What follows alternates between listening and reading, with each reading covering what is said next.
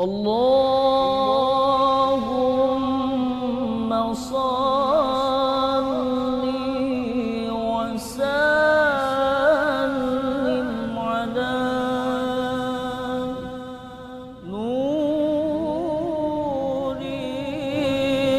anwar.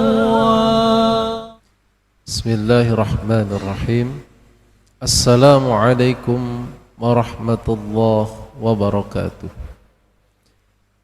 Innal hamdalillah wassalatu wassalamu ala Rasulillah wa ala alihi wa sahbihi wa man tabi'ahu. Amma ba'du. Allahumma faqihna fid din wa 'allimna at-ta'wil. Hadirin jamaah yang berbahagia, kembali kita akan mengkaji Sirah Nabawiyah di bulan Rabiul Awal, bulan dilahirkannya Rasulullah sallallahu alaihi wasallam, yang insyaallah pada hari Sabtu mendatang kita akan memperingatinya, yaitu tepat pada tanggal 12 Rabiul Awal 1444 Hijriah. Hadirin jamaah rahimakumullah, kelahiran Rasulullah sallallahu alaihi wasallam dikenal dengan tahun gajah. Apa yang dimaksud dengan tahun gajah? Tentunya ada sebab-musababnya. Karena kalau dilihat dari hitungan tahun Masehi, ketika itu adalah sekitar tahun 570 Masehi. Namun untuk hitungan Hijriyah, karena Nabi SAW belum lahir dan Rasulullah SAW belum hijrah ke Madinah, sehingga tahun Hijriyah belum ada ketika itu. Namun untuk bulannya itu Rabiul Awal sudah ada, sehingga tahunnya dikenal dengan tahun gajah, sebab ada peristiwa yang besar ketika itu dan dijadikannya dengan peristiwa atau dengan istilah tahun gajah. Peristiwa apakah itu? Suatu hari pada saat itu, raja atau penguasa Yaman yang bernama Abrahah al-Ashram, dia merasa dirinya itu dengki kepada orang-orang Arab, karena di Arab itu ada sebuah bangunan yang terletak di pusat Mekah yang bernama bangunan Ka'bah. Setiap saat Ka'bah itu sering dikunjungi oleh kalangan pedagang, banyak yang menziarahinya, sehingga secara ekonomis maupun secara teologis itu merugikan mereka orang-orang Nasrani di Yaman. Maka dibuatlah oleh Abraha sebuah bangunan gereja yang megah, dihiasi dengan sangat-sangat mengagumkan. Tujuannya agar orang-orang yang berada di Jazirah Arab beralih untuk ziarah ke Yaman, tepatnya yang ada di Habasyah. Ketika itu ada seorang Kinanah dari kalangan suku Kinanah. Suku Kinanah ini adalah ada hubungan nasab dengan suku Quraisy. Suku Kinanah atau seorang dari suku Kinanah, dia melihat gelagat yang tidak beres dilakukan oleh Abraha. Dia pun langsung mendatangi Yaman, mendatangi singgasana Abraha. Gereja itu langsung diruntuhkannya. Mereka meruntuhkan bangunan gereja dan menjadikan Abraha marah besar. Saking marahnya, Abraha langsung memimpin pasukan, dan pasukan itu pasukan bergajah, sehingga disebut dengan tentara gajah. Apa tujuannya pasukan gajah itu? mereka ingin menghancurkan Ka'bah, dipimpin langsung oleh Abraha sebagai penguasa Yaman, dan tentara-tentaranya berada di belakangnya. Mereka semuanya mengendarai gajah.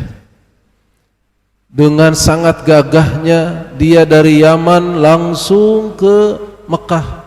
Di perjalanan dia merampas banyak unta, banyak ternak dari pemilik-pemilik suku Quraisy.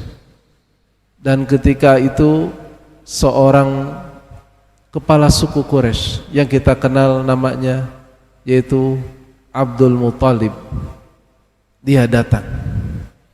Abraha sudah tahu bahwa Abdul Muthalib adalah kepala suku Quraisy, dan Abraha tidak ada tujuan lain sebenarnya, hanya untuk menghancurkan Ka'bah itu saja. Tidak ingin ada pertumpahan darah, karena Ka'bah ini sudah mengganggu dari segi ekonomis maupun dari segi teologis, merugikan mereka yang ada di Yaman. Tapi Abraha sedikit kecewa begitu mendengar langsung bagaimana yang dinyatakan oleh Abdul Muthalib. Abdul Muthalib bilang bahwa, "Hai Abraha, serahkan kepada kami 200 ekor unta yang telah engkau rampas." Kemudian Abraha bertanya, "Hanya itu yang kamu minta? Kenapa kamu tidak minta perlindungan Ka'bah? Padahal tujuan kami ke sini hanya untuk menghancurkan Ka'bah." Akhirnya Abdul Muthalib menjawab bahwa Ka'bah sudah ada pemiliknya, dan kami ke sini karena kami yang memiliki unta, maka kami meminta unta itu kembali kepada kami. Sementara kamu ingin menghancurkan Ka'bah, kamu sendiri akan berhadapan dengan pemiliknya. Akhirnya setelah itu Abdul Muthalib langsung menyerukan kaumnya, kaum Quraisy, "Ayo sekarang kita sembunyi, kita pergi di sekitar Ka'bah, jangan didekati. Kita lihat saja apa yang dilakukan oleh pemilik Ka'bah terhadap orang-orang yang akan menghancurkan Ka'bah itu." Akhirnya semuanya pun menuruti apa perkataan Abdul Muthalib, dan Abdul Muthalib pun akhirnya berdoa kepada Allah, "Ya Allah, Rabbul Ka'bah, pemilik Ka'bah, aku tahu bahwa engkau melihat, silahkan aku serahkan kepadamu apa yang pantas untuk engkau lakukan kepada orang-orang yang akan menghancurkan bangunanmu." Langsung ketika Abraha dan pasukan gajahnya mendekati Ka'bah tersebut, akhirnya Ka'bah itu kita tahu semua adalah bangunan yang sangat suci, yang sangat sakral, dan Allah tidak membiarkan bangunan itu dihancurkan. Allah mengutus